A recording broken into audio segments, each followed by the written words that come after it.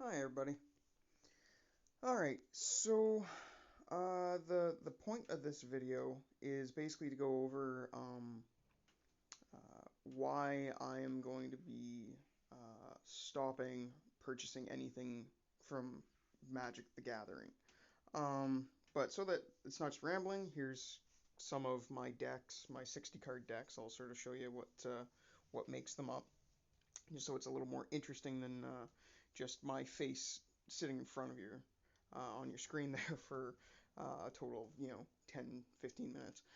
But anyways, the point being that when I started playing with actually this deck that I'm showing you right now is the final sort of stage of uh, my tribal beast deck that I started playing back in grade 9 when I first started playing Magic at all.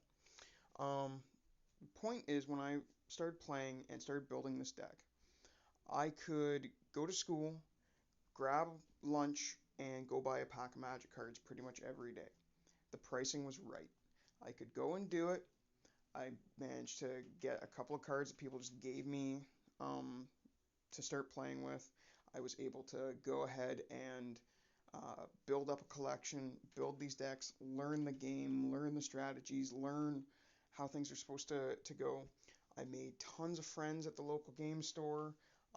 Most of them are still, some of my best friends right now to this day. Over what?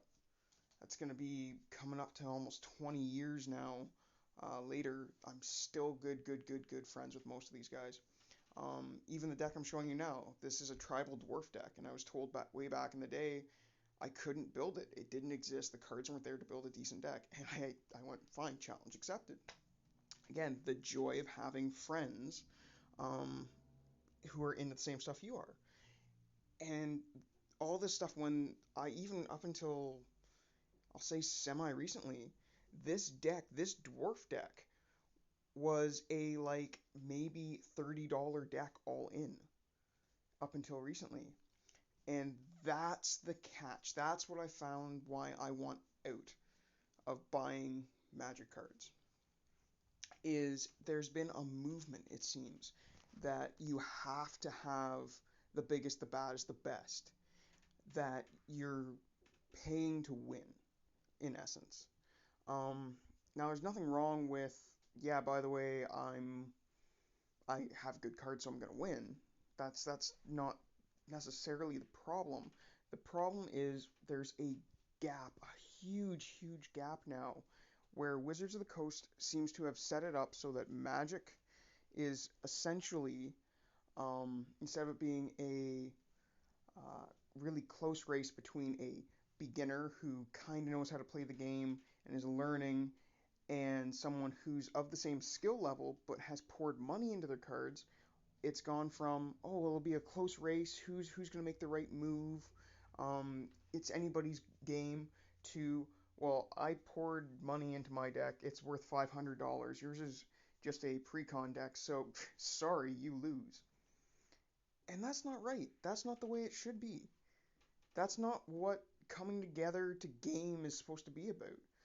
A lot of people, myself included, when I started doing, Magic the Gathering, etc., like playing Magic, playing D&D, playing stuff like that, finding myself in high school, it wasn't because, oh, look, this looks so cool. It's not like, the Big Bang world now where being a nerd is cool.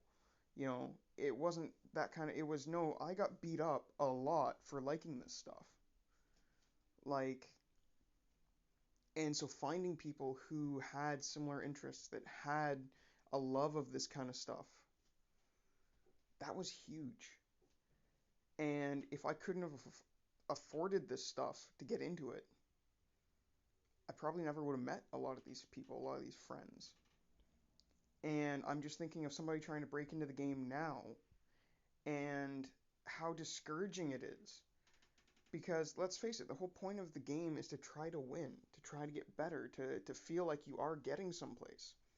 And when I started, I remember looking at singles even and going, wow, $3 for that one card? That's a lot. And now I'm looking at things going, Wow, $25 for that one card? That's pretty pricey. But it still goes even higher than that if you're playing anything in like a standard setting. And how are you supposed to get into that? Like I said, the point of the game is to win or try to win. Or so you want to at least come close, like feel like you were had a chance at it, like you were doing something. So just picture, this scene where some poor guy or girl is trying to play, has a pre-con deck, maybe put a couple bucks into it. It's like, all right, let's go play. Goes to their local game store, grabs a match, and gets trounced. Okay, well, it happens. Learned a little, and then gets trounced again by another person. Okay, well, they learned a little. They don't really have any more money in their budget to be able to toss into, you know, any more cards, but they're learning about the game. It's okay, it's okay. And then they get trounced again, and again, and again. Talk about discouraging. It's one of those things where it very much is starting to feel like it's not just pay to play, as it were. It's you have to pay to win, and you don't have to have the skill to, come up with decks, to come up with ideas. It feels like it's already put out right in front of you with a big dollar sign saying, if you want to win, these cards go together fantastically, and for the low, low price of X $100, you too can go and win. To me, that's not right. I have quit Magic twice before. The first time I got rid of all my cards, and I really regretted it. And this will be the second time.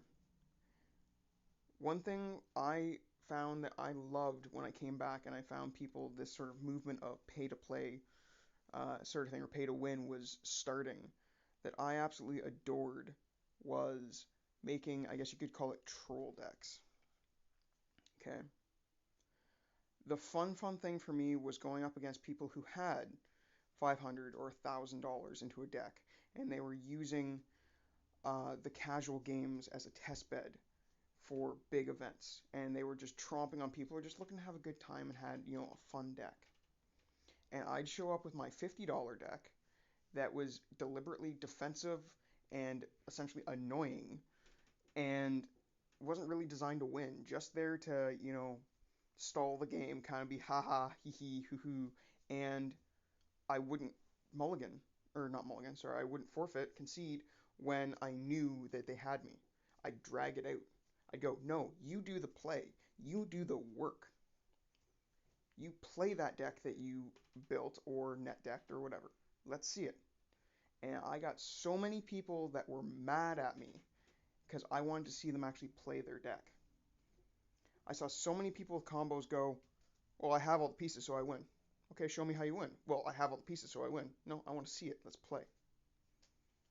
And again, that's the way that the game seems to be going, is to people like that.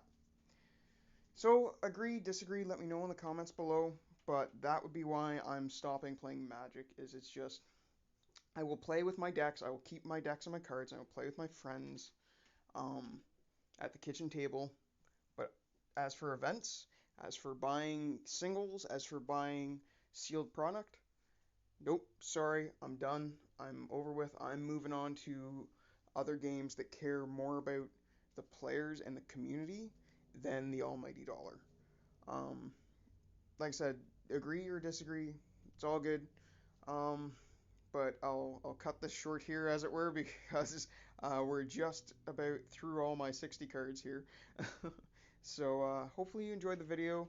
If you want to know any more about the decks that I do have built, and what's actually in them, or any tips on deck building, doing homebrews and stuff, like I said, let me know in the comments below. Don't forget to like, comment, subscribe, and definitely share this stuff so we can hopefully grow the channel. And yeah, we will talk to you guys later.